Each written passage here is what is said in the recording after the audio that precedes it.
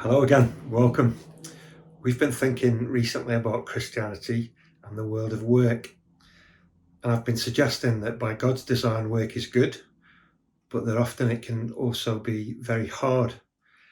And the first reason we've been thinking about that makes it hard is because the environments that we work in can often be broken and difficult and dysfunctional. I've suggested that one of the things that will really help us in this is to remember that as Christians, we have an eternal perspective on this that should give us hope and resilience, not just a here and now perspective that would sink us into despair. I wasn't sure if I would have time this week to record another video, but I'm kind of sliding this one in. And in this one, I just want to mainly share with you a couple of Bible passages that speak into this idea. Christians look at the world in a unique way that I think makes sense of what we experience in life and in work. God's original creation was good, but because of human sin, the world is fallen and broken, and God is at work in human history to restore and redeem this good but fallen world. And the great pinnacle of that story, of course, is the salvation that is open to all through the person and work of the Son of God, Jesus Christ himself.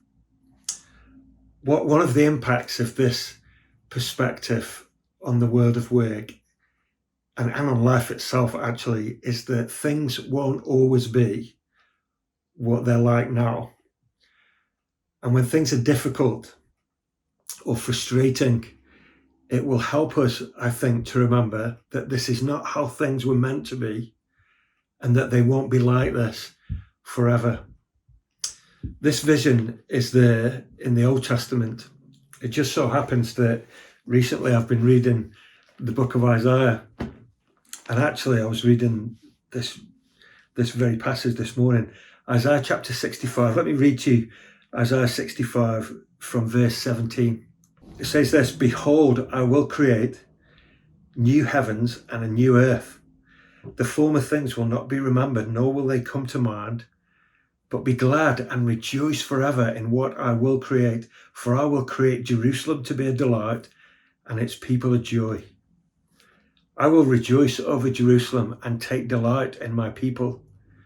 The sound of weeping and of crying will be heard in it no more. Never again will there be in it an infant who lives but a few days, or an old man who doesn't live out his years. He who dies at 100 will be thought of as a mere youth. He who fails to reach 100 will be considered accursed.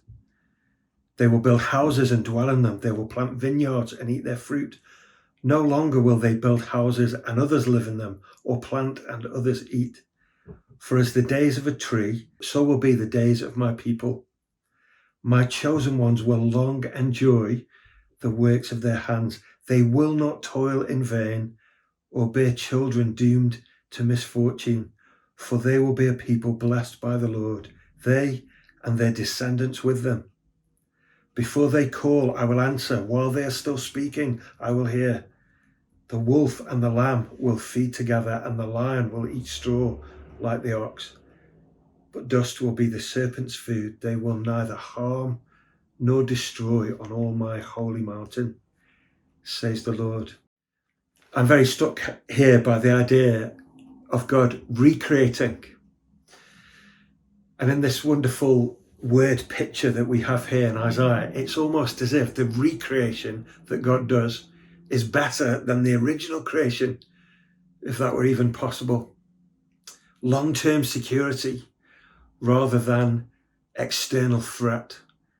Deep and lasting fulfillment rather than disappointment and futility. And this idea of profound relational peace and harmony instead of alienation or even violence. This idea is taken up equally colourfully in the New Testament by Paul in Romans chapter 8. Paul writes in Romans chapter 8 verse 18, "I consider that our present sufferings are not worth comparing with the glory that will be revealed in us. The creation waits in eager expectation for the sons of God to be revealed. For the creation was subjected to frustration not by its own choice, but by the will of the one who subjected it, in hope that the creation itself will be liberated from its bondage to decay and brought into the glorious freedom of the children of God.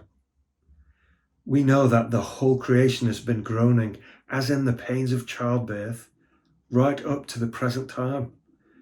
Not only so, but we ourselves who have the first fruits of the Spirit groan inwardly as we wait eagerly for our adoption as sons, the redemption of our bodies. For in this hope we were saved. Paul here pictures the whole of creation groaning under the weight of frustration and despair. But incredibly, he sees it not as, he doesn't see it as a groan of despair where everything is going down the plug hole. He sees it more like the groan of labour pains prior to the joy of childbirth and new life. I said before that all of this perspective can only be built on the resurrection of Jesus. It is profoundly comforting and strengthening that we Christians worship a God who knows his way out of the grave. I love Paul's description here too of Christian believers both groaning inwardly while full of hope.